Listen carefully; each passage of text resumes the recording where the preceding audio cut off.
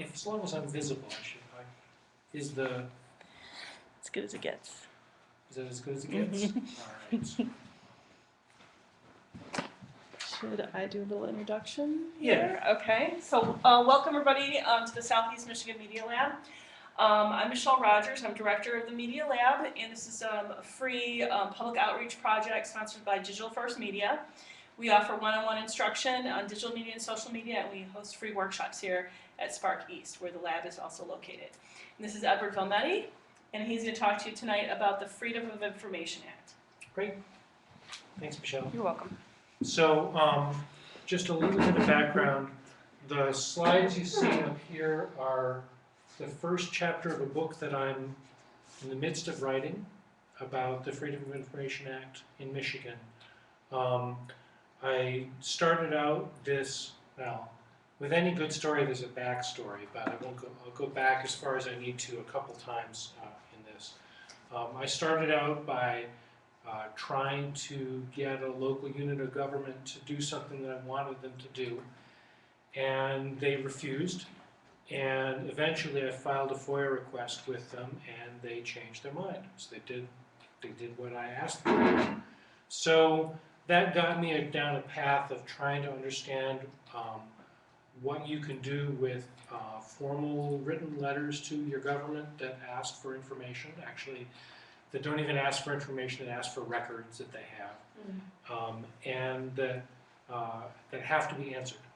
And there's nothing quite like writing a letter that demands an answer to get someone to pay attention to you. So what I'm going to be going over today is a brief guide to the Freedom of Information Act, plus some advanced topics.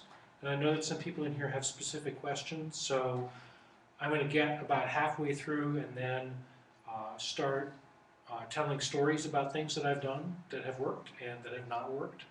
And we'd be happy to get questions starting at about halfway through about what questions people have about things. So the basic overview sort of leads up to what a sample request looks like.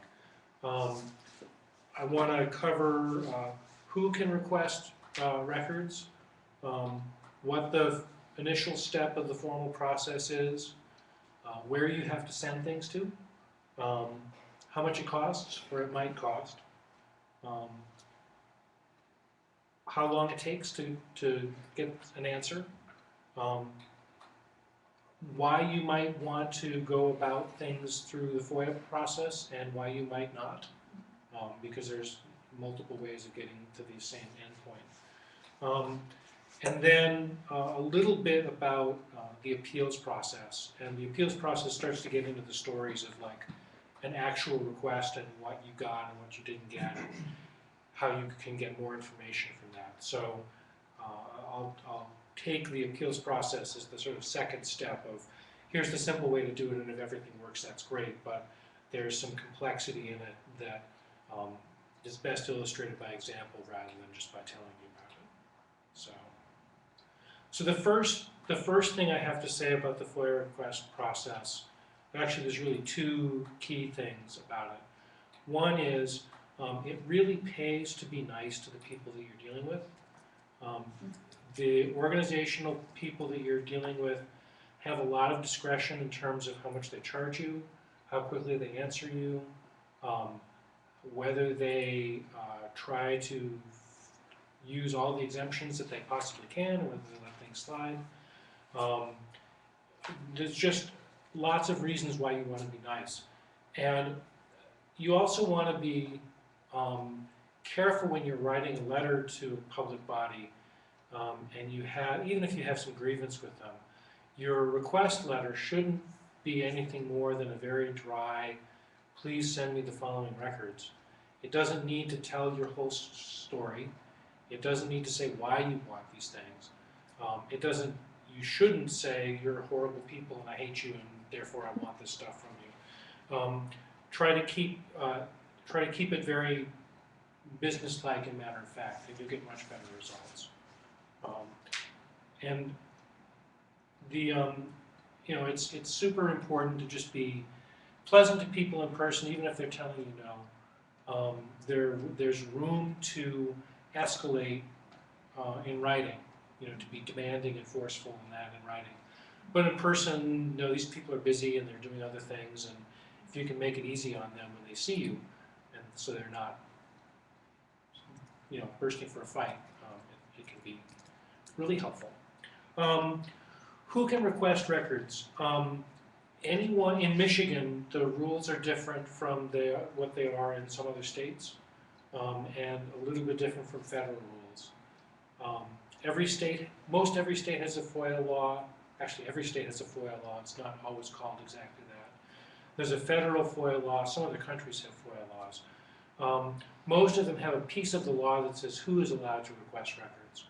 In Michigan, you can request records from a local unit of government if you're not imprisoned. If you're in state, local, or federal prison, you're not allowed to request records. In some states, you have to be a state resident. So if you're in, I think it's Virginia, and you're requesting records from Virginia, but you're not a Virginia citizen, they're allowed to say, no, you're not allowed a Virginia citizen, you're not allowed to get things. But Michigan, it's fairly straightforward. In some rare circumstances, people will ask for ID to check if you're in prison or not. Usually you see this on forms from like a sheriff's office or something like that. They'll ask for ID. I'll go into handling forms in a bit, but generally speaking, the law does not require that you provide identification for things. But they are allowed to turn you down if you're in jail.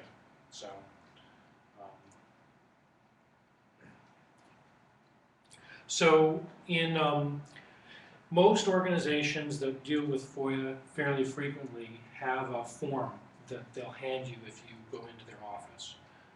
The form is designed for you to fill out. It says, what records are you looking for, and who are you, and what's your address. And it'll include some boilerplate language, like often, I agree to pay all the fees, and I agree to waive the time limits, and they may put a few other things in there that are positive to that organization and negative to you. And my suggestion for dealing with the forms thing is that always take a copy of the form so that you know who you're addressing things to and you get it right. But you don't need to fill out that form. You can just write a regular letter. It doesn't have to go on their form. You attach it to the form, sorry. Yeah, you can attach it to it or something like that, just so that they have a cover letter, because they might be tracking the cover letters. But most often you're going to want to include some language in your letter that limits your costs. And most forms that they hand you don't have that language in it. So if you're looking to make sure that you don't spend a lot of money on this, you're going to want to write your own letter and include the paragraph that says, I'm not willing to spend more than $10 on this. If it's going to be more than $10, call me, or something like that. But definitely, if there's a form to be had, collect it and look at it. It'll tell you who to send it to. It'll tell you a fax number if you need it, or an email number, or an email address, or something like that. Every organization is different in terms of who the FOIA request needs to be addressed to. If there's a form, it'll tell you. Some very small units of government, like small townships, don't have a form or format, and their website might not tell you anything about how to make a FOIA request. You can always send a FOIA request to the head of the body that is there, so a township supervisor, a city manager, in some governments, although not around here so much, but a mayor, if the mayor is really in charge as opposed to the city manager. The head of a university, any sort of high official. But what every organization is supposed to have is someone with the title of FOIA coordinator, and if you can find that person, that's who it's supposed to go to. And in some cases it'll be like a clerk. In some cases it'll be an attorney's office. The Ann Arbor Public Schools has their communications director be the person who answers FOIAs. In some cases, it's a township supervisor, so it varies. But like I said, you can always go to the top of the organization, they'll filter it down. You're supposed to be able to send a FOIA to anyone in the organization, but it's likely to get lost along the way, so just try to find the person at the top who's expecting such things. In some cases, they'll have an online FOIA request, so you can type in your request there. For Washtenaw County, the online FOIA request really gets turned into email, so it lands in someone's email box, who's the right person. When you send a FOIA request in, it can be, it has to be written, okay? If you just call someone up and ask for information, they're not obliged to answer under the terms of the law. It has to be written down.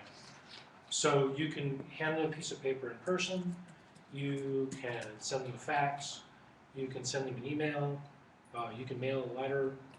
All these things are appropriate ways to do it, but if you just make a verbal request, that's not a FOIA request under the law. As to which organizations you can send things to, so it's mostly what you'd expect: cities, townships, public universities, public libraries, state agencies, like regional authorities like the Ann Arbor Area Transportation Authority, the bus company, is subject to FOIA. Typically, they're public bodies that are funded directly with public money and that hold open meetings and other things like that. There is a little gray area in the law about nonprofits. If a nonprofit organization gets most of its money directly from the state or local government, then in Michigan it may be subject to FOIA law. Although if you try to do that, you'll almost always have to take them to court to prove that, because they're going to say no the first time around. And they may very well be right, because from year to year the amount of money that goes to them might differ, and they might not be actually subject to FOIA law. If you're looking for information about nonprofits, there's if they have to file forms with the IRS that you can get a hold of, so you can at least get some very basic financials out of any nonprofit, but you may not be able to get every record that they possibly have. One of the things that often happens with local government is that they outsource some part of what they're doing to a private company. In Ann Arbor, the public parking system is run by the Ann Arbor Downtown Development Authority, who contracts out all of the operations to Republic Parking. So if you think of who owns records, Republic Parking has very detailed information about all of the parking information that's going on in town. And the Downtown Development Authority gets periodic reports sent back. And if you send a FOIA request to the Downtown Development Authority asking for the detailed information that Republic Parking has, they'll say, we don't have those records, because they're held by their contractor. And often this is a barrier to getting the information you want. You may need to resort to convincing them that they should ask their contractor for some things so that you can get them directly, or otherwise use something other than a formal demand for information to get what you want. And public-private partnerships are often a barrier to access to records, because the private company may be doing stuff for one government, it may be doing stuff for a bunch of other companies. They're not really a government agency, and so a lot of details aren't really held by the government agency, so it can be tricky. And FOIA requests have to be made in writing.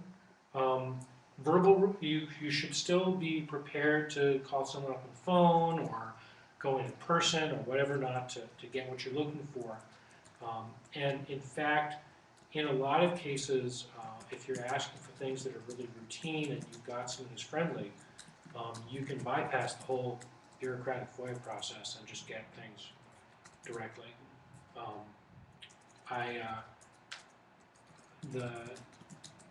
Again, sort of an example from City of Ann Arbor, the Historic District Commission, as part of their work, takes photographs of every historic property in their district. So you've got blocks and blocks worth of photography, and those are all public records. And you could write a letter to the clerk saying, I want, all these photographs. But what I found out was when I talked to the Historic District Coordinator, and she let me know that these records, that these photographs were there, and I asked her, can I get them? Or can I ask you for them, or, are these available? Because, it might be really interesting to get some good photography of local buildings in town. She said to me straight out, don't file a FOIA request for these things. If you want them, just ask me, and I'll give them to you, because it'll be faster for everyone to not go through that. Is that because they have paperwork tied to it? Yeah, there's paperwork tied to it, and there's a bureaucracy, and there's time limits on things, and there's a lot of overhead associated with going through the FOIA process. Mm-hmm. So, if you can find someone who's willing to share inside you may not know, if you're approaching a new organization cold, you may not have any idea who that person inside it is willing to share information. So you may have to go through a formal process. But it doesn't have to be, you don't have to do everything with a FOIA request. And one of the strange things about FOIA is that the public body does not have to create something new to give it to you. They're only obliged to send you records that they already have. So if they've got some big database and you want a report from that database that's very specific, they're not obliged to create that for you. If you want some sort of summary of, how many times have you had a water main break this year, which sounds like a very straightforward question, you may not be able to get that answer as a FOIA request if you just ask for that, because they may not have one piece of paper that says that. So when you're making a FOIA request, you're really looking for records rather than information. And the distinction is a record is some existing form, some existing piece of email, some existing letter, some existing database report that they have. And here's my question. Sure. I guess this would go so hard at what I wonder. Is there an index of the kind of records that they keep, that they have? So That you they say, have. like, yeah, that they have. Well, do you know what I mean? Kind of like a Yeah. file cabinet of, well, this is all we have anyway. You know what I mean? It wouldn't be anything. These are our emails, these are our financials, that kind of thing. So Yeah, there's so, nowhere else to look. right. That's it, right? So you can often get a clue as to how they store records by looking at the forms that they hand out to people. So if the building department has a form for a permit application for something, for building a building, if they have forms that they hand out to people, then you can always get copies of those forms. So the first thing to do is to go to whatever department is handing out questions to people and look at the forms that they're handing out to people. Almost every organization has some basic things that they do. It's going to differ from organization to organization, right? But you know that everyone has email. You know that every organization keeps financial records, so there'll be some sort of financial records there. Almost everywhere has a checkbook and a check register that you might want to reasonably get to. They may use credit cards or purchasing cards, so there's financial information there.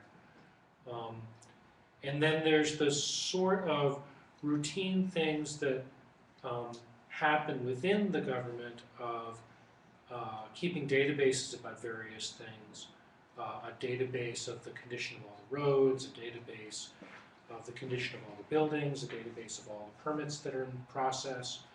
And sometimes those are held in separate pieces of software.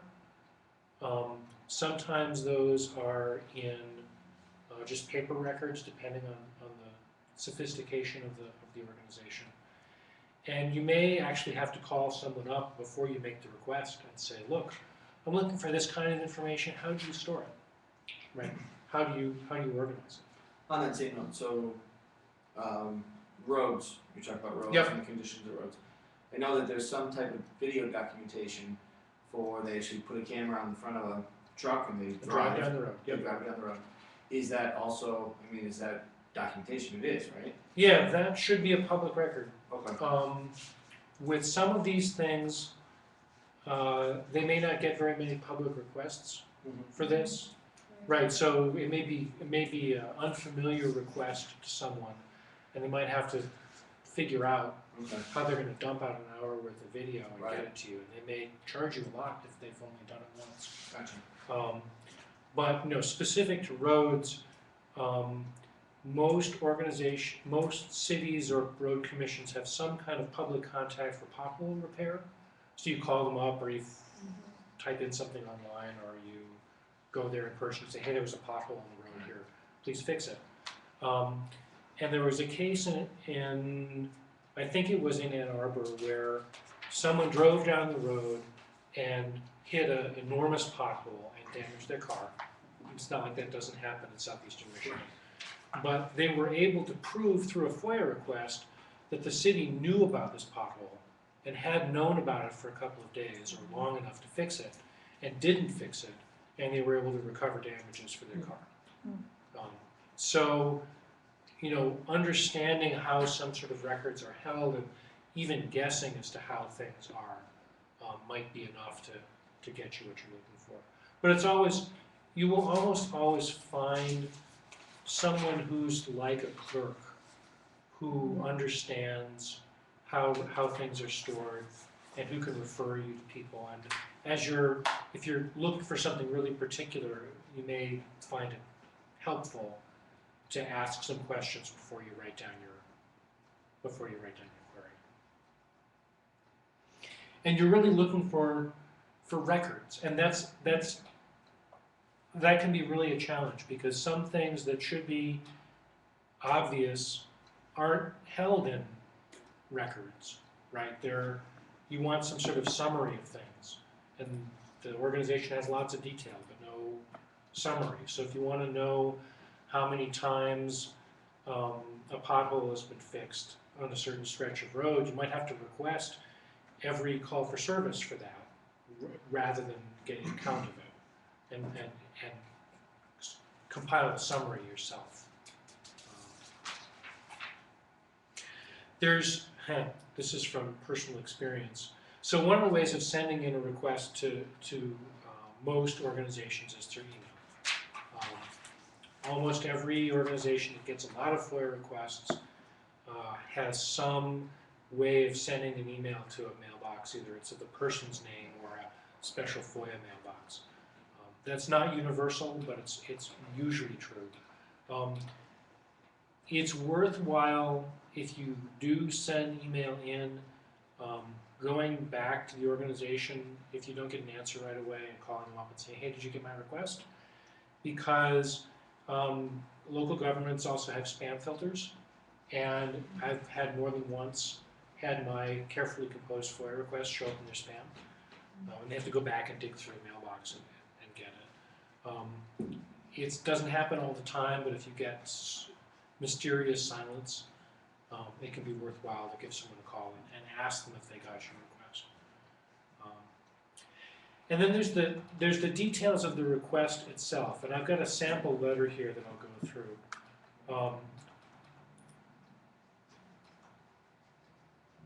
which will get to some of it. One of the really important things about FOIA is making sure that it doesn't cost an arm and a leg to do it. And this is one of the reasons why I really discourage people from using someone's form as is, because a lot of them will include language that says, I agree to pay all costs associated with this request. right? Which is standard sort of boilerplate language. And you absolutely do not ever want to agree to that. What you want to replace it with is something that reads something like, I'm willing to pay up to $10, $20, $5, whatever the amount is, to handle this request.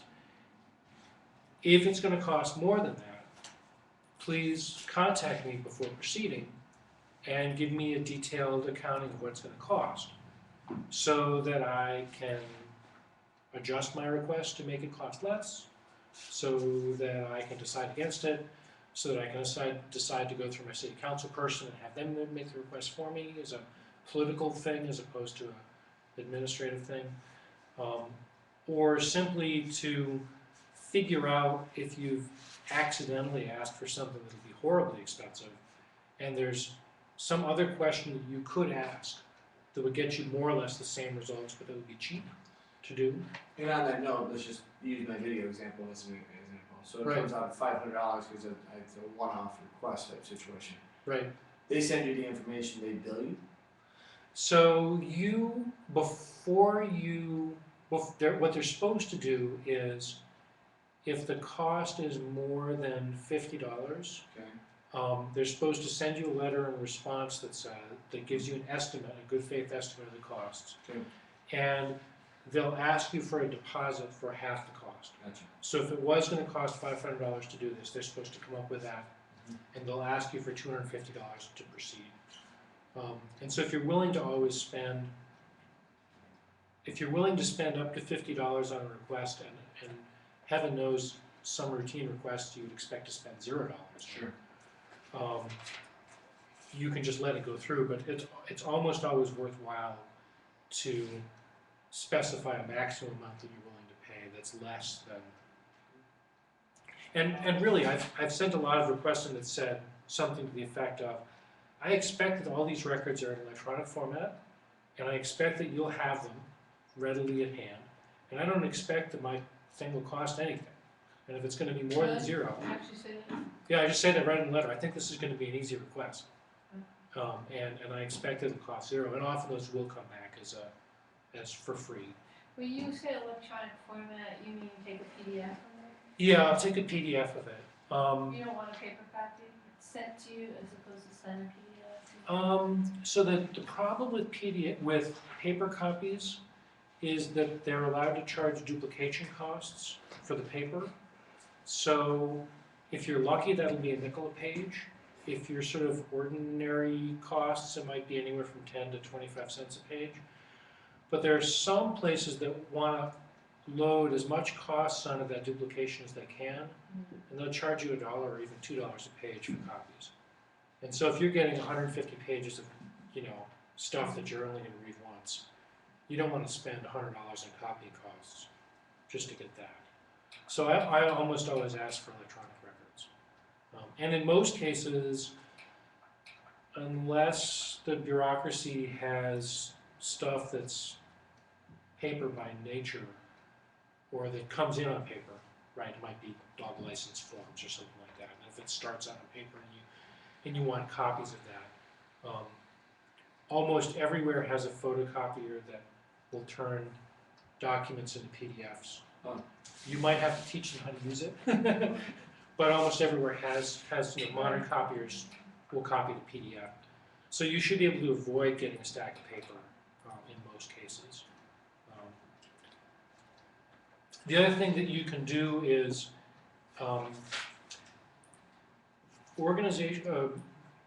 government agencies are allowed to charge fees, but they're not forced to charge fees, right? They're not obliged to. So in every case, they're allowed to waive the fees that they're charging you. Some places have, as a matter of policy, they'll say, if the charge is going to be less than $10 or $20, we'll never charge you for it. They'll waive the first $20. It's also true that the state law says that if you're indigent and don't have any money, that they are obliged to waive fees for that.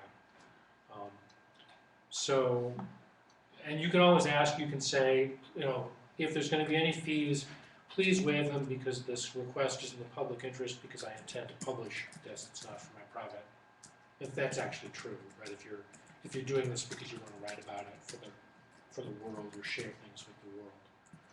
You're for profit, if you're doing something for profit. If you're doing something for profit, and I would just not mention that you're doing it for profit, right? Just asking. But Yeah, a news site or a blog or anything like that. Yeah, but if you're journalists will always ask for fee waivers because they're cheap and they don't have any money anyway. But they end up getting charged. But they end up being charged for it every single time. So I think you might be able to see this. I hope this example, this thing that I'm showing you, is available online. So I'll make sure that everyone who wants it can get a copy. And Michelle has a copy online on Heritage.com. site. So here's a sample letter. The background for the sample letter is that the person who's asking is trying to find out about controlled burns in their town. And they want to look at the burn permits. They want to see how many times that have been burned, the areas have been burned, like to control weeds or to make a prairie or something like that. And that they're, never mind that they might have a political agenda, never mind that they hate this or love this or whatever. Their letter is very straightforward and matter of fact. The first sentence is, this is a request under the Michigan Freedom of Information Act, right? It's always good to alert the person who you're sending it to that you're making a formal FOIA request. You don't have to quote chapter and verse of law. You don't actually have to say that it's a FOIA request. But if you do say that it's a FOIA request, and if you're addressing it to the right person, they'll put it in that stack of paper that says we have to answer these, as opposed to we'll get around to it when we want to. And that is helpful. The second sentence is again very straightforward. Please provide the following records. You're not looking for information, you're not trying to answer any questions, you're not posing an open-ended question, you're just looking for specific documents. Number one, and the requests are numbered, so if you're asking for more than one thing, break out each one separately, which makes it easier to answer the request because it's very clear what you're asking for. On that note, can you include bullet points of what you expect to find in those documents? Yes. Okay. You can include bullet points of what you expect to find. You can include in that bullet point who you expect has those documents. Okay. You can say, I think the building department will have these records, I think the forestry department will have these records. Anything that the clerk can use to refer to push things on forward. You can also say, don't search the whole organization. You can say, please provide me the records that are in the building department so that you don't ask them to search the whole place. Sure. So a copy of the controlled burn permits. It's very easy to get permits because those all have to go, those are there's a bureaucracy associated with the permit process, and those are almost always published in some sort of way. Or if they're not published, they're easy to inspect. A copy of city policies and procedures.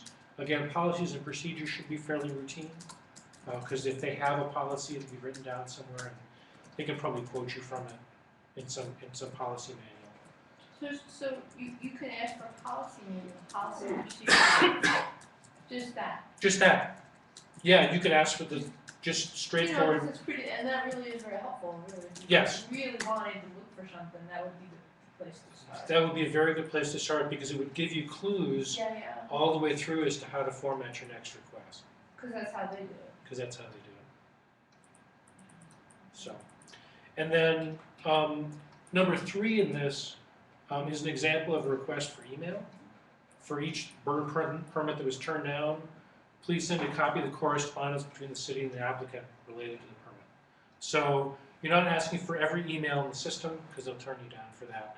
You're looking for some very specific emails that they should be able to find because they're specifically described. When you describe them, do you say are addressed to a certain person, or you use a certain phrase, or that they can they scan through their, say they have 10,000 emails, and I want everyone on red sellers. I don't know, something. Yeah, I mean, so, you give them the word red seller and they just pop up everywhere. yeah, so every organization's email search system is different, so there's no guarantees. But most of them will let you do a search for a string. Most of them will let you search for messages to or from a certain person or with a certain subject. If you're asking for email, you almost want to always ask for it within a certain time window. Hopefully recent will answer the question that you have rather than for the last 10 years, because that would be, you may not be able to get it in the last 10 years. But you'd say something like, all the emails between January 1st of this year and now on the subject, red Well, zone. whatever, yeah. Yeah. And then they would just run a scan. And they'd run a scan, yeah. And can you request a FOIA on other FOIAs? Yes, you can. Oh, really? Yeah, it's extremely useful if you're interested in what people are interested in, right? You can say, please send a copy of your FOIA log, which is what it's usually called, or a log of each of the FOIA requests that you've received. Sometimes, if you're lucky, they get this request often enough that they'll have these things all scanned in and numbered, and they'll just send them to you the next day. I made that request for a FOIA log to Wayne State University and was told that it would be $60 to do because it would take someone an hour to compile it, which seemed like a lot of money, so I didn't go through with it. I sent the same request to the city of Ypsilanti for a month of FOIA logs. I may have asked the wrong question, so whenever the cost is high, you wonder, did I ask for the wrong thing? And in particular, a lot of police record requests go through the FOIA process. If you're requesting police records, the form that you fill out is a FOIA form. And so if you're asking for all the FOIAs for a city, it may be that a large number of them are requests for police records. And if you don't want those, you want to specify that in your request. Exclude them. Exclude them or otherwise say, exclude them from your request, except for ones to the police department. The next piece of this just simply says, please provide all records in electronic format to the extent that it's possible, right? Give me PDFs. Please treat each of the above items as separate requests, and if any one of them cannot be fulfilled for any reason, please continue with the others. Just so they're separate if it turns out that one is really easy and the third one is going to take them lots of time to do and it'd be really expensive. The next sentence is a little bit complicated, and I'll talk about it more when I talk about getting rejected for a FOIA request. But the basic challenge of FOIA is that some records are exempt by law from disclosure. It's everything from things that you can understand, like details of an open police case, for instance. You're going to get turned down for that. Okay. Or there's an exemption for discussion between members of a body as they're debating. It's called the deliberative process exemption, but basically if you can't necessarily get all of the discussion that's happening right now about people arguing about what the right thing to do is, Oh, is that right? and they'll exempt that. So if there's an argument in real time about something that's happening currently, Right. you can't FOIA that. It has to be resolved. It doesn't, so they're allowed to not show you that debate in process. They So don't have, like the emails or. yeah, like the emails, just like one city administrator says, we should really redo this street, and the other one says, no, we don't have the money, and the third one says, we should really redo it anyway because my constituents, It goes on. Goes on and on and Right, on and on. right, right. and And the bridge isn't, the street isn't done. the street isn't done. Right. Right, so there's this deliberation that can be excluded from things. It doesn't have to be, and sometimes that'll slip through, but there's an exclusion for that.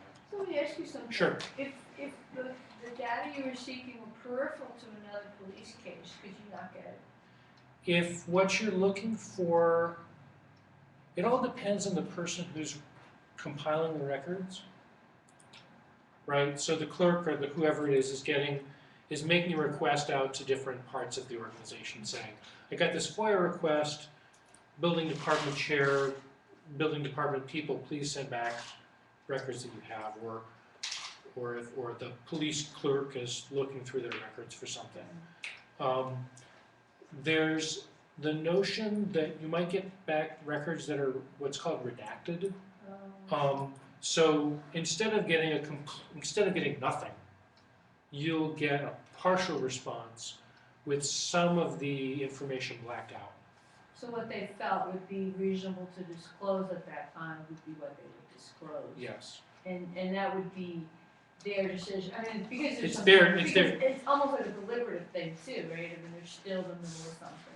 So If they're still in the middle of something, there's a personal privacy exemption. So often you'll get, I've seen it before, where you'll have an email that has some personal discussion going on and then something substantial, and the personal information will be blacked out. You know, so-and-so wasn't at city council last night because, and then that was blacked out. And this is, I guess, in Michigan, how far back can you ask for FOIA? Like, say you want a policy and procedure manual from 1980. You're gonna get it? Realistic? Realistically, if they don't have it, right? Oh, so they just don't have it? If they just don't have it, they just don't have it. Often, those old records will be archived somewhere. So it may be that they don't have it, but like the local historical library might have it. If the records have been taken off site, you know, they're no longer active records. Right. They're no longer in use, but they're going to be preserved because they're part of the history of the city. So they'll go to an archivist, and the archivist will throw some things out, and they'll keep some things, and they'll put things in order, and it'll be in boxes in some archive.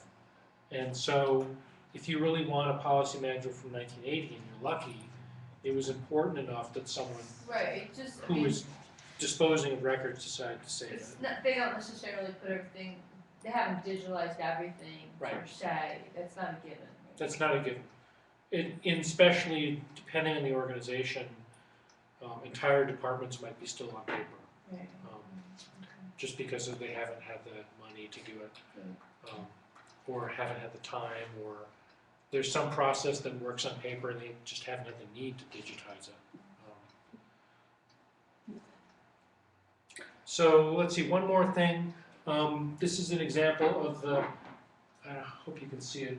I'm willing to pay up to $10 to satisfy this request. If the costs are expected to exceed $10, please provide an itemized summary of the cost before proceeding. Please consider waiving these fees as the results of the query will contribute to the public interest. And then I give it the phone number and my email address of this fake person who is asking for this stuff. And I thank them for their prompt response. Right? That's a fairly formal letter. It has a lot of parts to it.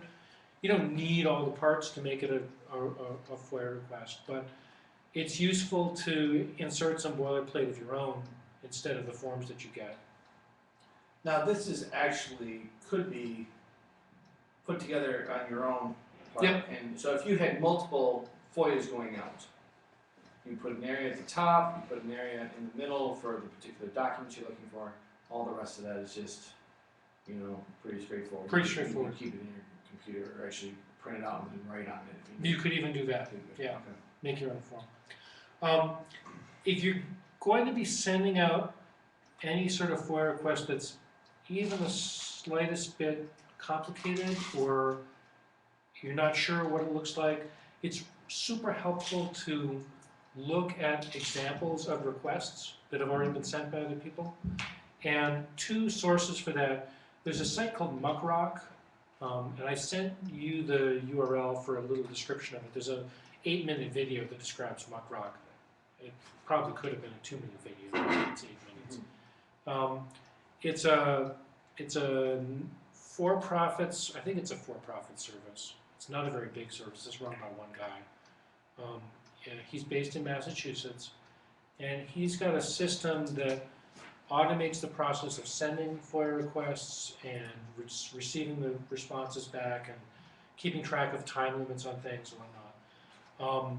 And as part of this process, he's collected a big archive of sample letters that you can look through that people have sent to various places. It can give you ideas of what to send. It can give you ideas of just formatting for things. You can look at, especially for federal stuff, which I haven't done very much, but you can, make requests to federal government agencies that aren't through Michigan law, they're through federal law. And although the structure of a FOIA request is going to look more or less the same, the details of exemptions and whatnot are different at the federal level. The time limits are different. So you can go to Muckrock and look for examples. Excuse me. And they support Michigan FOIAs as well, so you can sign up for them and send your requests through there.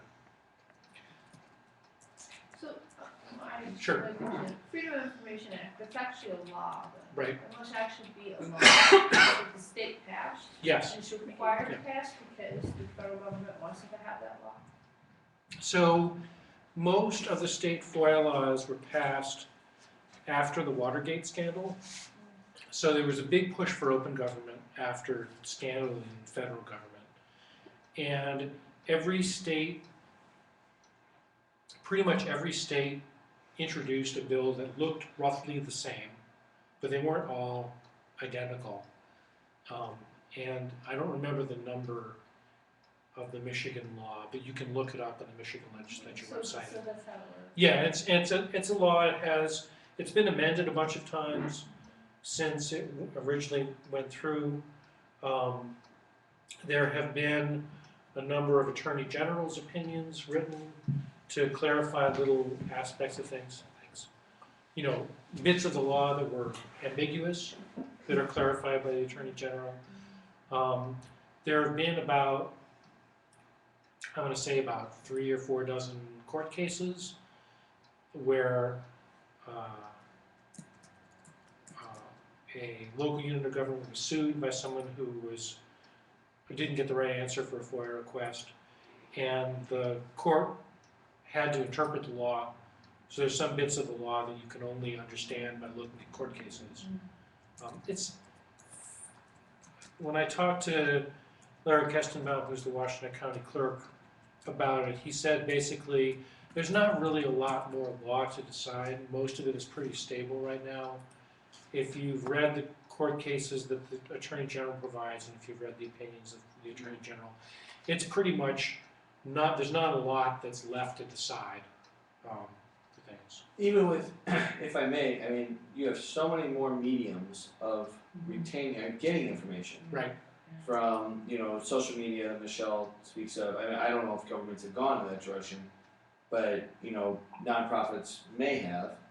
And in fact, part of that conversation could be, what did Joe say about Martha's store down the street that, and it's gotta be it could be a FOIA request. Right. And the new mediums, which, from YouTube to whatever, all these different things. But like Kwame Kilpatrick discovered Yeah. text messages are Yeah. subject But to there was FOIA. that was in the FOIA request, was it? Well, yeah, what were they, I forget now what The Detroit, was it the News, the Free Press? I don't I remember don't which. remember which one, but I think it was the Free Press. Did a FOIA request and got the mayor's text messages. So there's much more, the people who wrote the law in 1976 did not anticipate all the electronic records of every form. And the law didn't have something specific saying, for instance, electronic mail has to be stored forever. or has to be stored for a certain amount of years. So the other side of FOIA is that it's okay for governments to destroy documents. They do this routinely. They'll purge their old records for various reasons, just so they don't get overwhelmed by paper. You're not supposed to destroy documents without a document retention schedule. I mean, it's this like state archives type stuff, which I don't completely understand. But it's possible that if you're asking for something that's old enough, it will have been destroyed, and that'll be okay. That's what they do. That's what they do. They'll dispose of things that are too old. So that's kind of an overview. With the sample letter, you'll probably be able to make a simple FOIA request and get a pretty reasonable answer. And so I want to talk about some of the requests that I've made or that other people have made, and what sort of responses you get, and give you some idea of motivation why you might make FOIA requests. Even if you are not successful in getting the documents that you want, you might still get the results that you want. Right, so there may be a political reason for making a request, even if you don't care about the documents that come back. You want some action.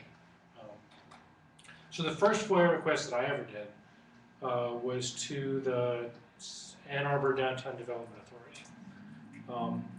They had a website that had real-time information about all the parking structures and how many spaces were free at all the structures. If you ever park in Ann Arbor, you know that parking is a big deal. And it was interesting to know which ones were full and which ones are empty. And this was about at the time where they were debating whether or not to build a new structure. And there was some question as whether it was needed or not. So a friend of mine and I took the information from the DDA website and built a telephone application. You could dial up a number and punch in some buttons, and it would read back to you how many spaces were free at a garage. And we did this by going to the DDA website and scraping the numbers off of the site and feeding it into his system. It took maybe 2 days to build this thing because he's really smart and it was obvious what you needed to do.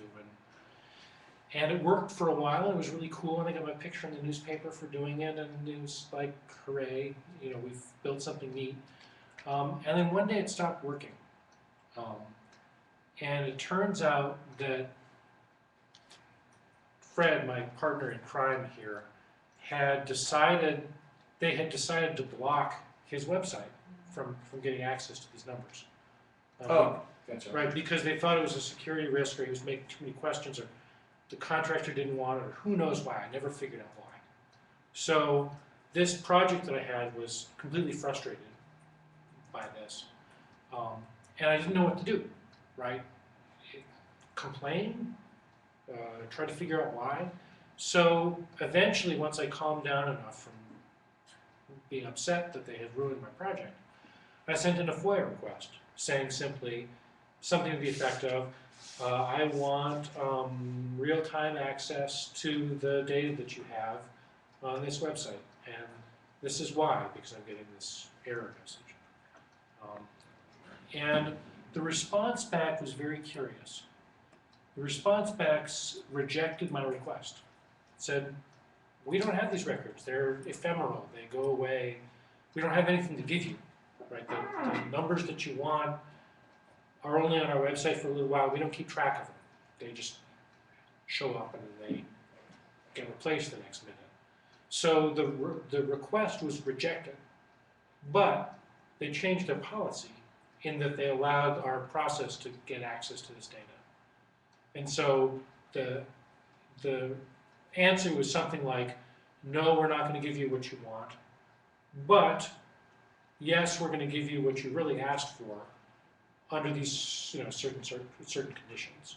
And so the effect of sending in a FOIA request was not to complain in person, it was not to complain verbally, it was not to be upset about it, but to force people through the whole process to understand exactly what I wanted and why.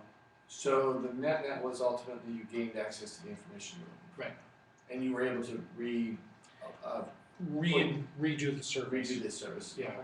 When they ended up taking down the data later for reasons I don't understand, and this website's all different now. And Let me ask you something, you have Sure. a lot of experience locally, yeah, have you FOIA'd a lot at the state level? no, I haven't. Do you know how they, I mean, it's good So to know how people are. yeah, so at the state level, the stories that come back from state government are extremely varied. Like every department is really different in how it handles things. And in some cases, people have sent in FOIA requests and the response has been, yes, we'll give you these records, but it'll cost you $1,500 or it'll cost you $30,000. Wow. Or in one case, the Mackinac Center asked for like all records of Homeland Security spending, and they were told it was a $6 million request. Really? Yes. Really? And That's one way to. that's one way to say no. Right. So They asked for that, they asked for that. They asked for 10 years worth of records, right?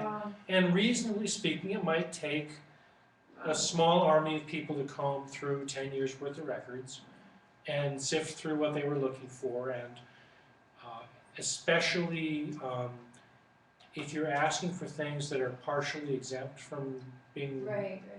someone has to go through who knows what they're doing and redact documents and black out the stuff that's not right. So maybe, I don't think it's a $6 million request, but it's an expensive request. So at the state level,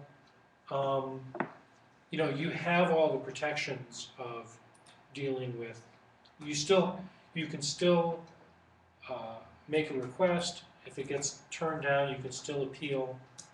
It's a lot harder. It's a little bit harder because it's not someone local. You can't typically, unless you're willing to drive up to Lansing, you can't typically knock on someone's door and talk to them for 15 minutes, sweet talking them into giving you what you want. I've tended to focus things on stuff that's actually really local. Maybe the other thing about state government is that actually at all levels of government, you can often avoid a FOIA request by doing some Google searching first. A lot of government websites are really awful, and their search functions on their website will give you something not very useful. But you can use Google to say, the effect of it is, search this site for these terms. It's a site : and in the URL, and in the terms you want. So you can search just michigan.gov, or you can search just City of Ypsilanti, and focus your search down. And then see if someone has already published the records that you're looking for. That's true really at all levels of government, state, federal, local. So the website really does have a lot of information. It has a lot of information. It's often very poorly organized, or it's organized by department rather than by function. Right. So you actually have to just You have to wall your way through it. find your way through it. Or another useful thing to search through is published agendas for meetings or meeting minutes, because often you'll find names of people who are involved in things, or agreements to purchase various things or whatnot, and you'll be able to get hints as to where to go next. So more stories about FOIA for results rather than for documents. When I was working at AnnArbour.com, a friend of mine who lives on one side on the west side of town called me up one day and said, "Don't use my name. I don't want my name attached to this, but there's a sidewalk on a street that my kids walk through to go to school that's muddy. The sidewalk square is completely gone. People have to walk through mud. What's going on?" Right? So it's a mystery. Why is this sidewalk never been fixed? Why do the kids have to walk through mud? So I ended up, after looking at it for a little bit, writing a FOIA request that said basically, I'm looking for all the records of sidewalk inspections for this street address. And all the correspondence associated with it. And what I got back was fascinating because it turns out that the story, as I reconstructed it, was the person who owned the house was not well-to-do and had been ill. So they were not really in a position to do, some things happened that they weren't fully in control over. A pipe burst on the street, so they had to dig up the sidewalk to fix it. The plumber who did that work was from out of town, and when the city told the plumber to fix the sidewalk, to put it back to right, they just ignored them. So neighbors complained. You could figure that out because there was some correspondence in there from neighbors who were asking about this. Someone from city, some elected official tried to get involved and was completely ineffective in solving the problem. And there was a back and forth between various people in the sidewalk department, it's probably part of the public works department, about, yes, we're going to fix it, no, we're not going to fix it, yes, we're going to fix it, okay, you fix it. And there was just a complete finger pointing and nothing was getting done. So I sent in this FOIA, and the first response to it was, it's going to take us extra time to respond to this. FOIA requests have to be answered within 5 business days, but in Michigan, the public body can get an extra 10 business days just by stating that they need an extension. So it can take you 3 weeks to get an answer. And in this intervening 3 weeks, enough records had been in one place that they sent out a crew to fix the sidewalk. Because it was easier to solve the problem than to explain why it was not being solved. So that was, a success, right? I didn't really care what the story. I mean, the person complaining, all the people complaining didn't care what the story was. They simply wanted something done. And so that's one way of getting things done is to notice that there's a problem, ask for the records associated with the problem, and hope that whoever reads them notices that there is a problem now. You've brought it to someone else's attention, and it can get fixed. But just dealing with local government can be a real struggle. More than once I've had things turned down that I've had to appeal. The appeal process is fairly straightforward. You write another letter. You reference the Michigan Freedom of Information Act in it, and you include the magic word appeal in the title and the body and whatnot. You include a copy of the previous correspondence that you've had, and you say, I'm appealing your decision, I want you to reconsider. And then you give some reasons why you think that they should reconsider the request. In one case, there was a request for purchasing records.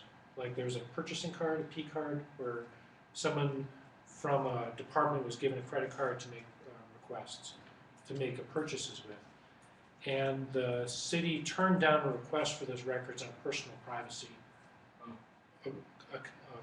On a personal privacy. Is it personal privacy? Yeah. Okay. Right. So but the card was distributed by the city. By the city.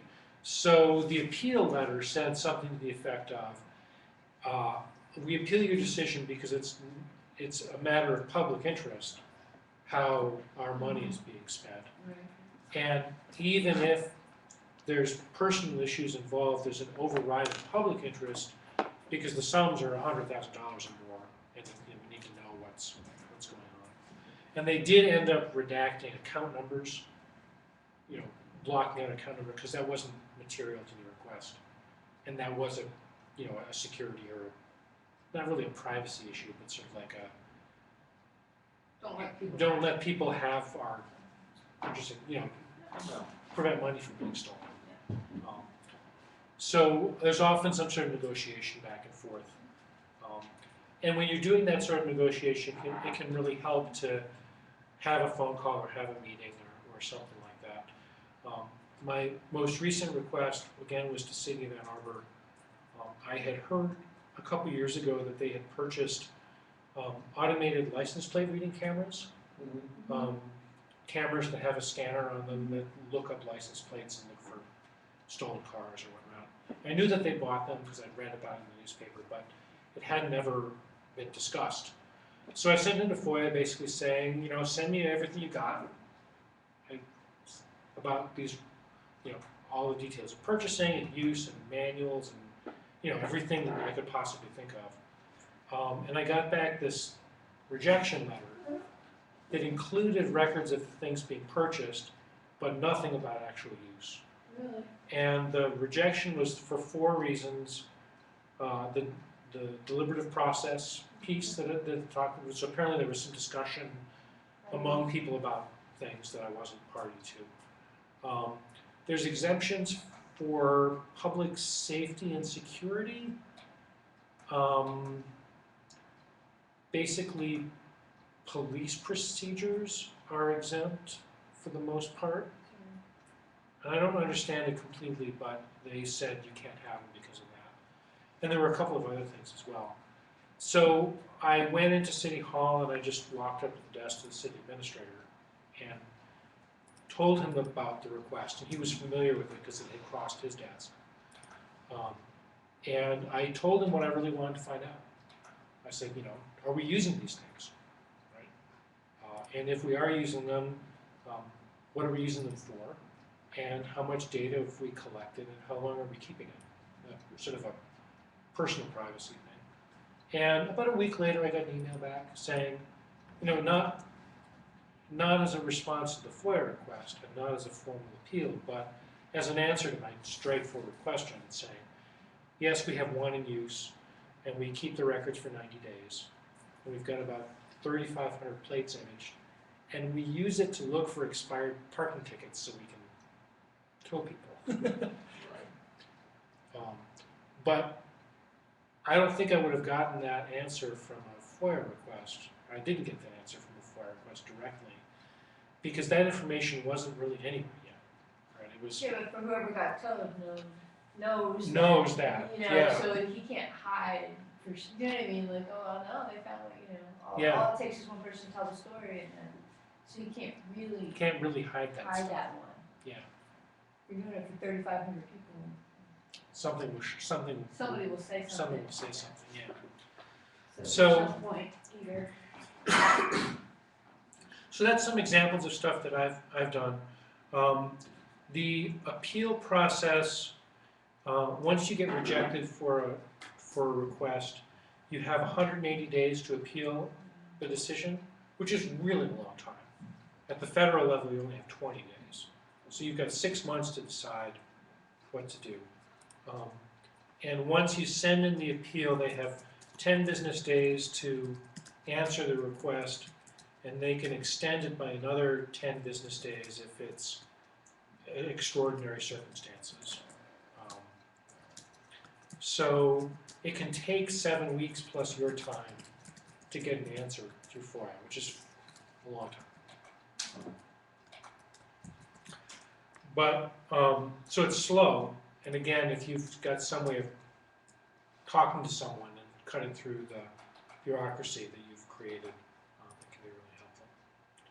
So I want to sort of open up the floor some more, and ask, what sort of things brought you to this talk, and what sort of records that you think might be out there that you think could be interesting.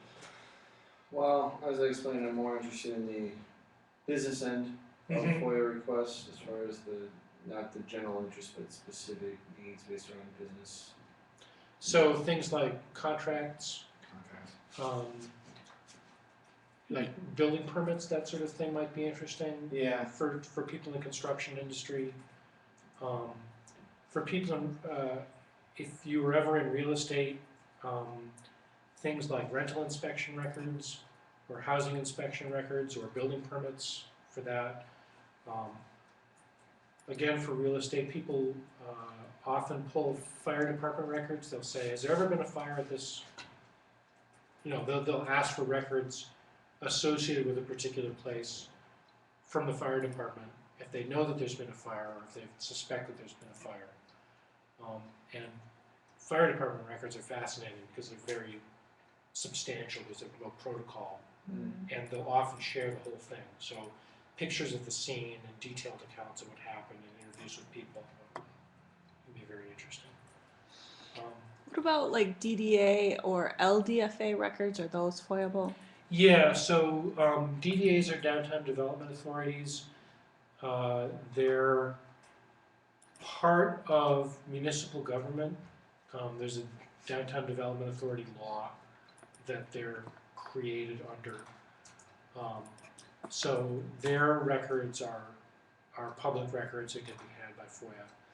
Again, you might run into this public-private partnership issue if the DDA contracts out with various organizations to do surveys or to do administration of some program or whatnot. You might not be able to get as much as you'd like. LDFA is the local I think it's Development Finance Authority. Development Finance Authority. It's part of an economic development program. Spark here is funded in part by LDFA dollars. And those, that's a sort of organization that will have a board, and they'll have public meetings. Generally, any organization that holds public meetings is subject to FOIA, because they're also subject to the Open Meetings Act, which is another set, another ball of wax. Is there anything particular that you were thinking of when you? I just too much curiosity. Yeah. I was just curious. I mean, no, am I looking specifically? No. I really find it fascinating. I mean, other than, ProQuest archives everything. Do they archive this? I don't think they archive anything from the city. I mean, like, where do these things go? Where do these things go? Who keeps them? How safe are they? No, I'm just endlessly curious. Yeah, so things like, some things are preserved for a very long time. For instance, typically things like minutes of like a city council, some like the most important public body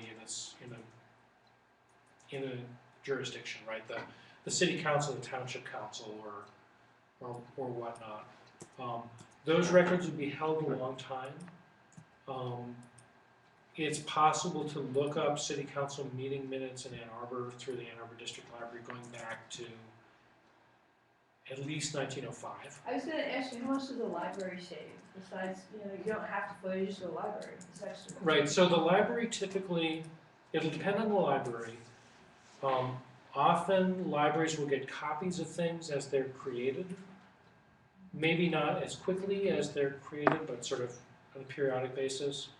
And so you can go through the archives at the library of everything that they've gotten so far. And in some cases, even if the city doesn't digitize records, the library will digitize them. In interest of saving space or because they have a special project or whatnot. So if you're looking for city records from the 1970s from Ann Arbor, and again I'm using Ann Arbor as an example because I know it the best, you can go to the public library and get stuff that the city doesn't have anymore because the planning documents from the 70s went to the library when they were gotten rid of.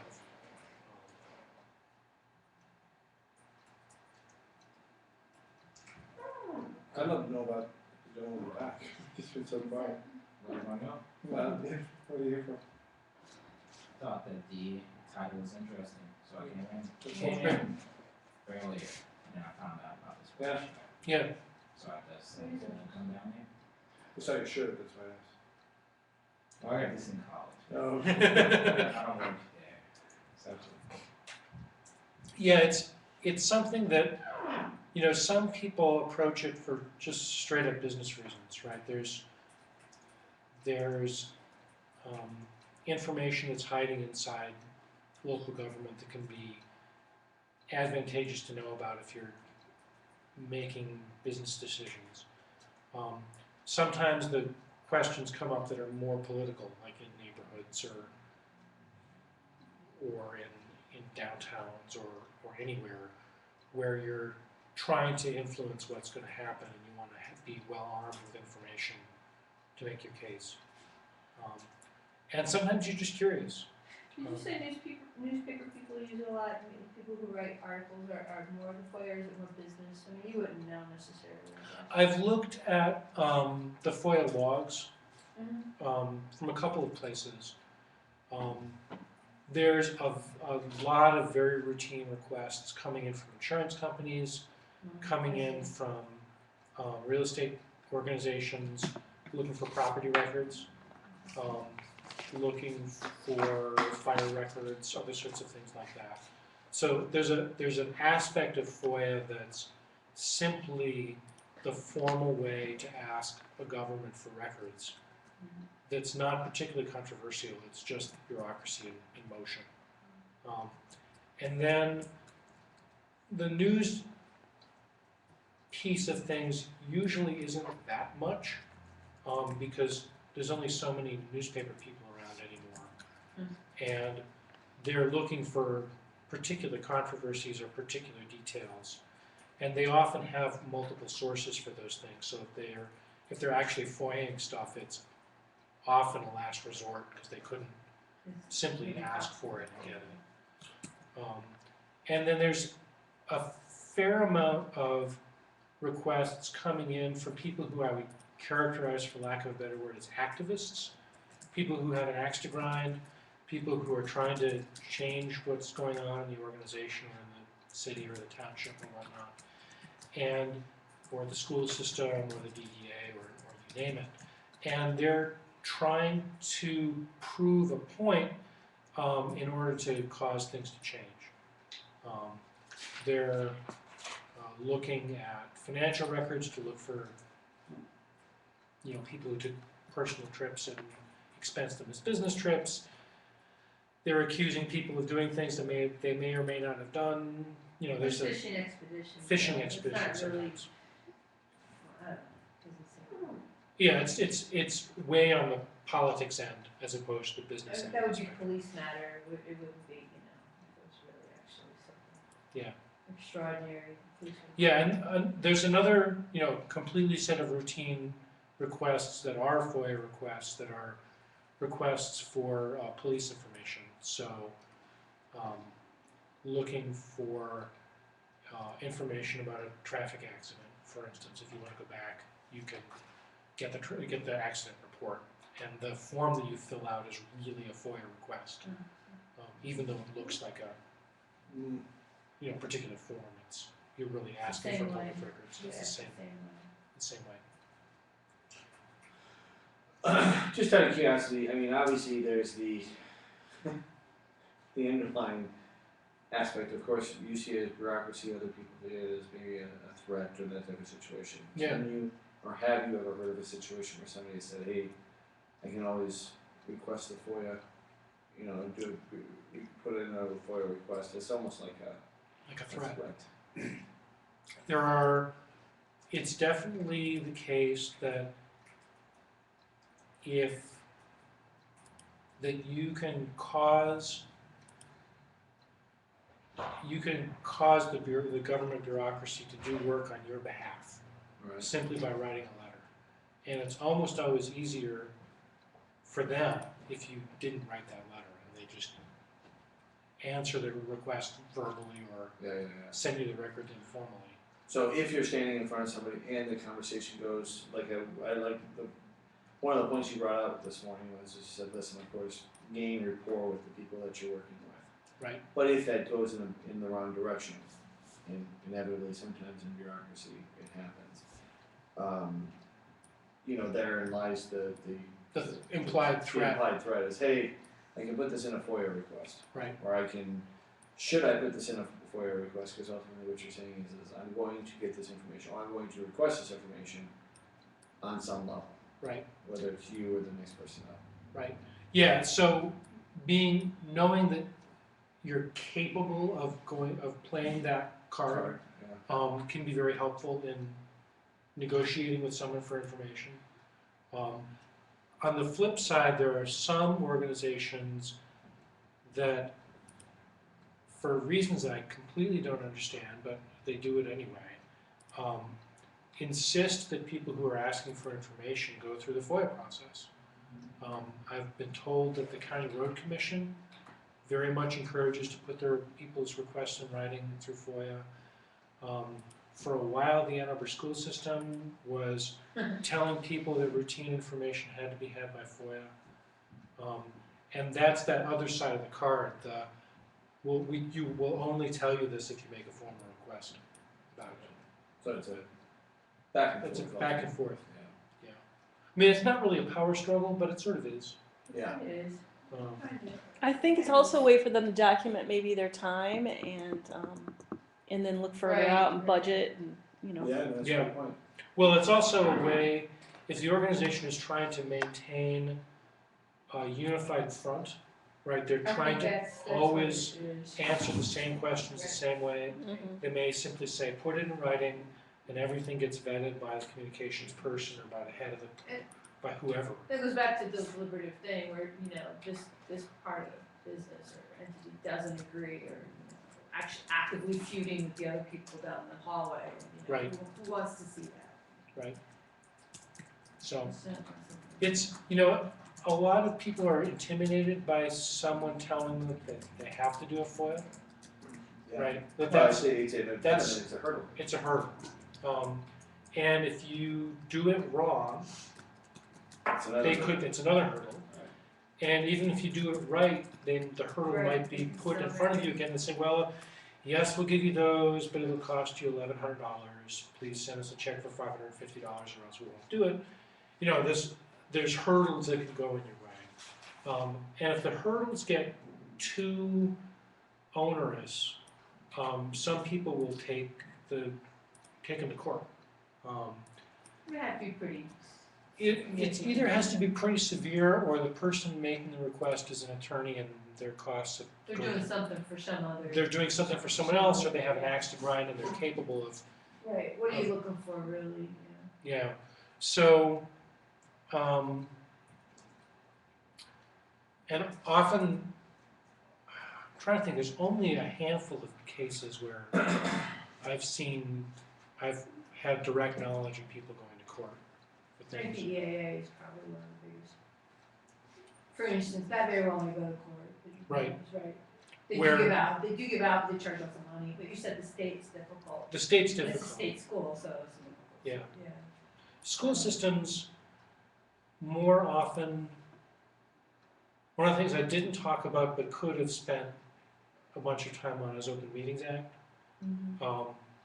Open Meetings Act requires the public bodies holding meetings, advertise them to the public and make the public available to see them, and that under most circumstances the meetings have to be held in a public place.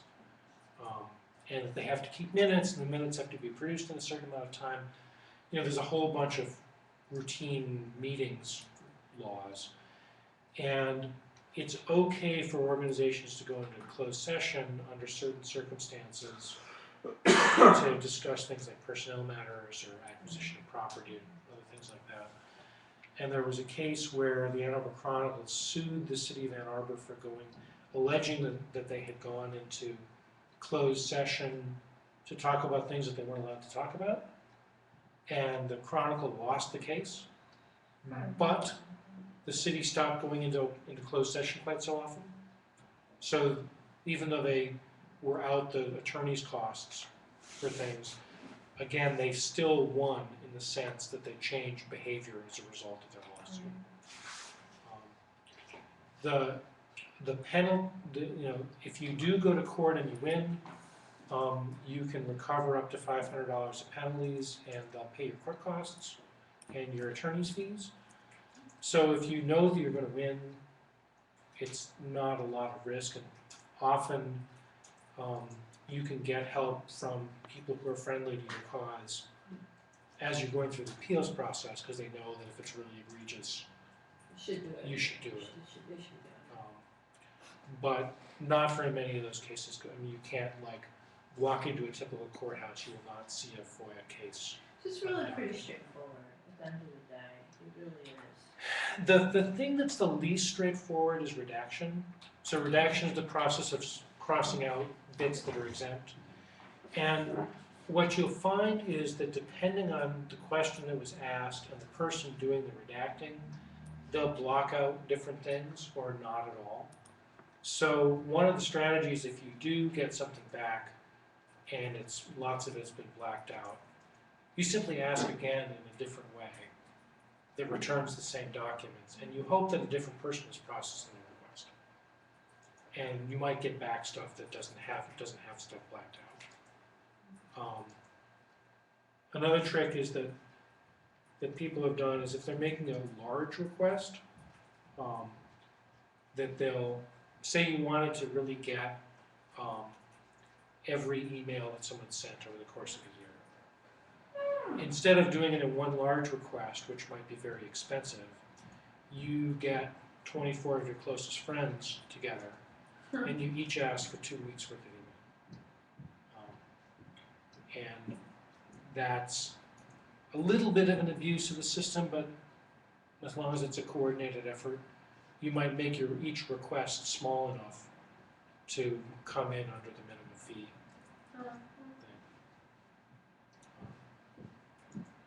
So, that's sort of the summary of things. In summary, I'd say be nice to people, always, because you'll always get better results. If you're friendly, even if you're threatening them with a FOIA request, threaten in a nice way. Like, I could always write that down as a FOIA request. In your written requests, always be very straightforward. Even if you have an axe to grind, don't grind your axe in the FOIA letter. It always helps to be formal in your tone when making requests, just to make it more straightforward to understand. Be patient, because if you're going through FOIA, I've described it before as the world's worst search engine. Very slow, very subject to mistakes. You sometimes get back results that are partially blocked out, or whatever. And just remember that if you're sending a FOIA request, then it has to be in writing. And if you're asking someone in person for information that's different from FOIA, and if you really need it to happen, you might have to write it. The book that I'm working on, you saw the first chapter up here. I'm about half done. The first half takes the first 80% of the time, and the first, I sort of know what I want to cover, which is roughly the scope of this talk, but it's not done yet. But I've been working away at it for the better part of this year. Get an hour here, an hour there, write something down, tell another story. Do you think your knowledge of FOIA, example? Mm-hmm. I mean, take an example, we're back in 1913, okay, and you've got meeting minutes from the city council, you've got a few requests coming from residents within the city, things like that, but the amount of content out there is much less than there is currently. That knowledge of how to work within the system of FOIA would be very valuable 10 years now, 10 years from now, 20 years from now, that type of conversation, because of the amount of content that is available in digital format. And if you just took emails, for example, the idea of somebody writing a memo might have been a 2-person job back in that day. Now it's 2 people writing twice as many memos or 4 times as many memos about that same subject. Right, and the tone might be much more informal. And Right. It's not. Whereas, that's a great point. I didn't think about formalities. Where somebody says, well, George said this, and instead of Mr. Perkins said this, and George said this, and he meant that, and that type of conversation, which would actually be much more valuable if you were looking for. The email is very easily misinterpreted. Well, that's true, too. It's really hard to figure out. It can be very difficult to sort through an email That's a chain good point. and understand what's going on. And there's, without, when you're formal, you're very, this is a FOIA request, and I meant to do that. What? You know what I mean? When you're showing you've got pronoun problems. Yes. I think back to, like my father-in-law, it's funny, he used to respond to all his emails in all caps. Well, I mean, we all know what that means, but he just didn't know, he wasn't willing to put the time into those things, where his receptionist would do that Yeah. for his job. And It's just easier. it was just easier for him to go through the process and contact paste around all caps. Yeah. Now, that being said, to understand and to interpret that all caps, it could have been that he truly was yelling at somebody, or, You had to know. yeah. You couldn't just do it from the email. Email's Yeah. very deceptive, I think. It's very, unless you do the, and this, that's why the formal language helps so much, I think. Yeah. It's very easy, open to misinterpretation. And the more you email, the more you see it, I think. Email is really tricky. I mean, it's really tricky to FOIA it because it can be very expensive, especially if people are mixing in All kinds of all kinds of things. So, if you think about the opposite of email, a pre-printed form with a lot of stuff that people have to fill in and it has to fit in the box, and so certain only check marks that can be done. And I'm thinking in particular about accident reports. There's a standard form. Every time there's an accident report, it goes in a form called a UD10, and it's just very, very straightforward. Now, it does have some personal information on it, but it's always on the exact same place on the page. And so when you're doing traffic safety research, you can get copies of these accident reports that are redacted, right? They have the personal information blacked out. But it's very easy to redact them because all the personal information is in exactly the same place Right. on exactly each page, and you can just blot out those sections of it and get things done. So that's a very inexpensive way of preserving personal privacy.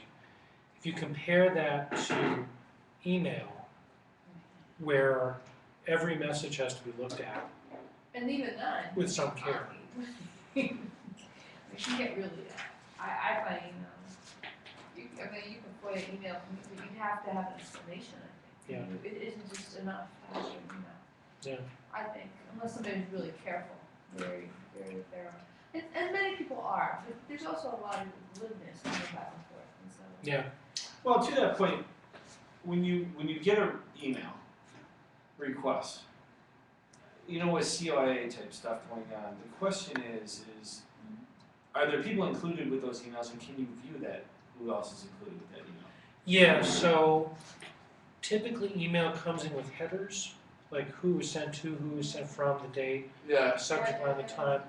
That information is also part of the record, Okay. so you should be able to get not just the body of the message, but all the context of it. Okay. And what that means is that the same message was sent to 5 people, so it's really 5 messages.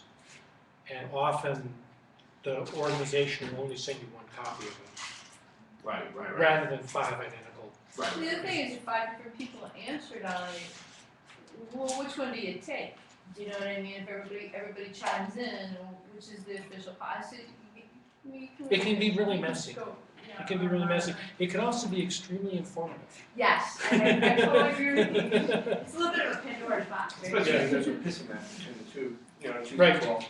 You can hear that. Yeah, Interpret that. or there's people saying, you do it, no, you do it, Right, you do it, my son, Right. or assigning someone a task that they don't do. Right. That's right.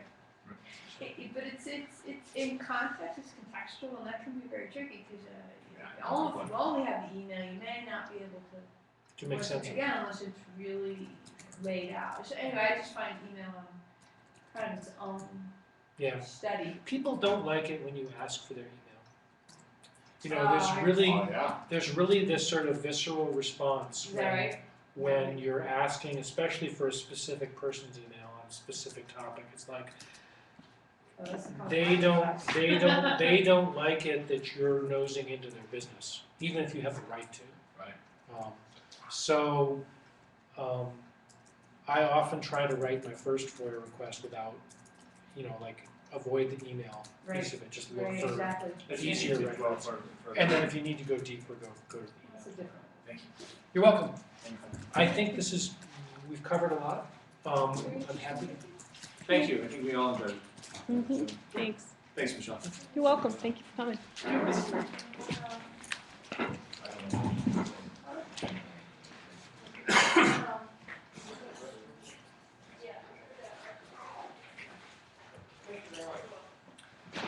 Well, thanks for coming. Well, thanks for having me. Again, thanks, Edward. Like I said, a very. But you know what?